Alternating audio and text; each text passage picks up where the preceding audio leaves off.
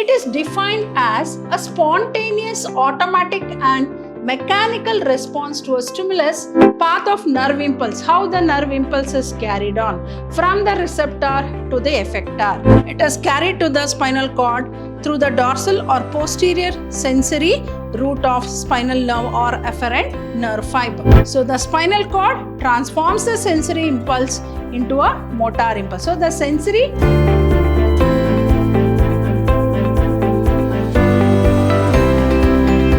Hello everyone, welcome back to session 6 of this chapter 21 of your syllabus called Neural Control and Coordination. Myself, B. Shobharani from the Department of Biology, Vidyashram Pre-University College, the Temple of Excellence. Hope you remember in the last session we studied about the structure of the sagittal section of brain. As we all know that the brain is divided into forebrain or prosencephalon, then midbrain or mesencephalon, and the hindbrain, that is the rhombencephalon. Forebrain consists of the cerebrum and diencephalon with thalamus and hypothalamus. Then mesencephalon is the midbrain and the hindbrain consists of the cerebellum, pons varolii and medulla oblongata. Now, I think all of us know when we come across a hot object, do we touch it, or by chance even if we touch it, immediately we withdraw our hand. Like for example, if a bus is coming in front of you, we try to move away from the bus. We know that it is danger and it is going to hurt us. So, what is all this action all about? We use a specific word for this action which is called as a reflex action. So now let us understand. For example, I think usually at home, particularly when we are cooking in the kitchen, sometimes we touch the hot object. Immediately we withdraw our hand. So that action is called as a reflex action. So now let us study what is this reflex action and how is it made possible, right? As we all know that the endocrine, the nervous system controls all the activities of our body. Then definition of reflex action. Here you can see in this beautiful picture the reflex action. Reflex action. It is called reflex action. So what is the definition of the reflex action then? It is defined as a spontaneous, automatic and mechanical response to a stimulus acting on a specific receptor without the will of an individual. How do we define the word called reflex action then? It is defined as a spontaneous, automatic. See, when we touch a hot pan, immediately we withdraw our hand. So it is automatic, mechanical response to a stimulus. So what is the stimulus here? The hot pan is the stimulus and we withdraw the hand. It is called as respond. So respond to external stimuli on a specific receptor without the will of an individual. So unknowingly we do this action which is called as a reflex action. Example, withdrawal of a hand when it touches the hot surface. See how beautifully this action is taking place. So here you can see how you can see the arrow mark. So for example, you come across suppose you step on a pointed structure. So we feel the pain. So immediately do we step on that pointed structure like that only? No, we withdraw our leg. How is it possible? Because all this is because of the reflex action. We know it is paining, it is going to hurt us. So immediately we withdraw the leg from the pointed structure. So muscle spindle, afferent pathway, dorsal ganglion root ganglion, then it goes to the white matter, then the gray matter, then the interneuron, motor neuron, then from there again the afferent pathway, then the motor end plate, and we respond. So stimulus to response. So when we step on a pointed structure, immediately we withdraw leg. How is it made possible? See here, this is how the pathway for the reflex action is shown. You can call this as a pathway for reflex action. Pathway for reflex action. So it is, how do we this is a very important concept from examination point of view. How do we define the reflex action? It is defined as a spontaneous, an automatic and mechanical response to stimulus acting on a specific receptor. We know we have so many receptors in our body, right, which is going to respond without the will of an individual. So, for example, withdrawal of hand when it touches the hot surface. Then, now let us understand the mechanism of the reflex action. How is this made possible? So, a reflex action is brought about in the following way. Now, let us see how the reflex action is brought about. When the stimulus is received by a receptor in the skin.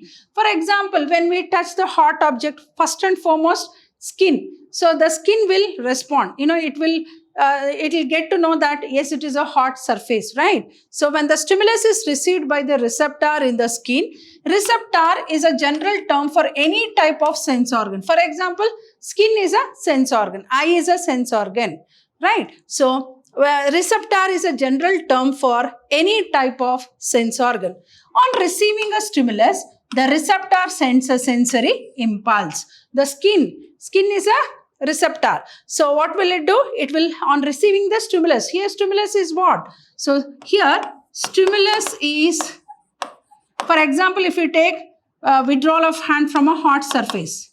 Example, withdrawal of hand from hot surface. So stimulus here is the hot surface, may it be the hot pan. Then response is withdrawal of hand. Withdrawal of hand. Withdrawal of hand is called the response. So, on receiving the stimulus, the receptor sends a sensory impulse. It is carried to the spinal cord through the dorsal or posterior sensory root of a spinal nerve or afferent nerve fiber. So here you can see the muscle spindle is the receptor. The stimulus may be the hot, what you call it as the pointed nail-like structure. So it is carried by the afferent pathway. It goes to the dorsal root ganglion, then to the white matter of the spinal cord. Then you can see the gray matter, then to the interneuron. From there it goes to the motor neuron. From the motor neuron, it goes to the afferent pathway. From the afferent pathway, it goes to the motor end plate, that is the effector leg. We withdraw it, right? So how do we explain the mechanism of reflex action? A reflex action is brought about in the following way. When the stimulus is received by a receptor in the skin, receptor is a general term for any type of sense organ. On receiving a stimulus, the receptor sends a sensory impulse. From here you can see the sensory impulse. Then it is carried to the spinal cord. Here you can see the spinal cord. It is carried to the spinal cord through the dorsal or posterior sensory root of spinal nerve or afferent nerve fiber. Now, the whole summary of the reflex action or the pathway for reflex action can be explained in this schematic manner. So, path of reflex action. A reflex arc may be represented as follows. Stimulus receptor in the sense organ, then afferent sensory nerve fiber, CNS, that is a spinal cord, afferent, that is a motor nerve fiber, muscle to contract, gland to secrete. So, here stimulus will go to the receptor, from the receptor to the sensory neuron, from the sensory neuron to the spinal cord, from the spinal cord to the motor neuron, from the motor neuron to the effector. It might be a muscle or a gland. For example, like when you come across a very nice dish, food, then our mouth will start watering. So that is also a response to external stimuli. So the gland will start, the salivary gland will start secreting the saliva. So it is one form of response to external stimuli. So effector, muscle or gland, from there we are going to respond. So this is the path of reflex arc. So let us understand once again. So how do we define the word called reflex action? It is defined as a spontaneous, automatic and mechanical response to a stimulus acting on a specific receptor without the will of an individual. Example, withdrawal of hand when it touches the hot surface. Then how do we explain the path of reflex action? So the stimulus is carried on to the receptor. Receptor might be any term which is used for a sense organ. From there on, it goes to the sensory neuron. From the sensory neuron, it goes to the spinal cord. From the spinal cord to the motor neuron. From the motor neuron to the effector. Effector here might be a muscle or a gland, and that effector is going to respond. So this is the path of the reflex arc. Hope you all have understood the path of reflex arc. See how important this reflex arc is for us to carry on the action. So at times when needed, this reflex action is very, very important for our protection. So what will happen if you continuously keep the hand on the hot surface, our hand gets burnt, but immediately we remove it. So see how important this reflex action is. Now, moving on to the next, that is the mechanism. The spinal cord transforms the sensory impulse into a motor impulse. Motor means that which is going to, the nerves which are important for to carry on the action. Motor nerves, motor neuron. Motor neuron.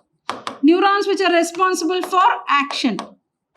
So, the spinal cord transforms the sensory impulse into a motor impulse. Later, it is transmitted to the muscles of the effector organ. Effector organ here, it might be a muscle or a gland, anything. So, organ through the ventral or anterior root of spinal nerve or efferent nerve fiber. Here you can see from the motor neuron. The muscles of the effector organ contracts and withdrawn to avoid harmful stimulus. So we know hot object is a harmful stimulus. The bus is coming or any danger is in front of you. We try to avoid it. So anything which is a harmful stimulus, we try to avoid, and the reflex action will take place. So the spinal cord transforms the sensory impulse into a motor impulse. So the receptors which carry the impulse to the spinal cord. Here you can see through the dorsal root of ganglion is carried by the interneuron to the motor neuron. From the motor neuron to the efferent to the motor end plate. That is, it might be a muscle or a gland, for example. Then it is carried on to the response. So the spinal cord transforms the sensory impulse into a motor impulse. Later it is transmitted to the muscles of the effector organ through the ventral or anterior root of the spinal nerve or efferent nerve fiber. Then the muscles of the effector organ contracts and withdrawn to avoid harmful stimulus. Then the reflex arc. So that was the reflex action. So what is reflex arc? It is the path of nerve impulse in a reflex action. So what is reflex arc? How do we define the word called reflex arc? It is the path of nerve impulse, how the nerve impulse is carried on from the receptor to the effector, right? So it is the path of the nerve impulse in a reflex action. Hence, reflex arc is the structural and functional unit of reflex action. So reflex arc, we call it as the unit of reflex action. We call it as unit of reflex action. So what is reflex arc? It is the path of nerve impulse in a reflex action. Hence, reflex arc is the structural and functional unit of reflex action. Now, what is receptor? How do we define the word called receptor and the sensory neuron? Receptor, it is a sensory structure that receives the stimulus. For example, you can take the skin, or you can also take the muscles, right? The skin. So receptor, it is a sensory structure that receives the stimuli. Sensory neurons, the nerve through which impulses transmit from the receptor to the central nervous system, that is the brain or the spinal cord. So what is reflex arc? It is the path of nerve impulse in a reflex action. Hence, reflex arc is the structural and functional unit of reflex action. So what is a receptor? It is a sensory structure that receives the stimuli. Then what is sensory neuron? It is the nerve through which impulses transmit from the receptor to the central nervous system. Hope you have understood the concept of the reflex arc, reflex action, and reflex arc. So with this session, you can understand how important this reflex action is for a human being. In everyday life, we come across so many harmful stimulus and we respond to it immediately without our knowledge, and it is all involuntary. So imagine how the nervous system is responsible for controlling the various actions of our body. So this very important concept called reflex action where we call reflex arc as the structural and functional unit of reflex action is so very important. Hope you have understood the pathway for the reflex action. As I keep telling that most of the chapters that are included in your first PUC is very, from knowledge point of view, it is very important, not only just passing out your PUC, because most of the physiological processes what we are studying is happening inside our body. So also one such the reflex action. Imagine if this reflex action was not there, I think we would have been prone to many harmful stimulus. Hope you have understood this session, and I'll be back in the coming session with some more interesting concepts. Till then, goodbye and thank you.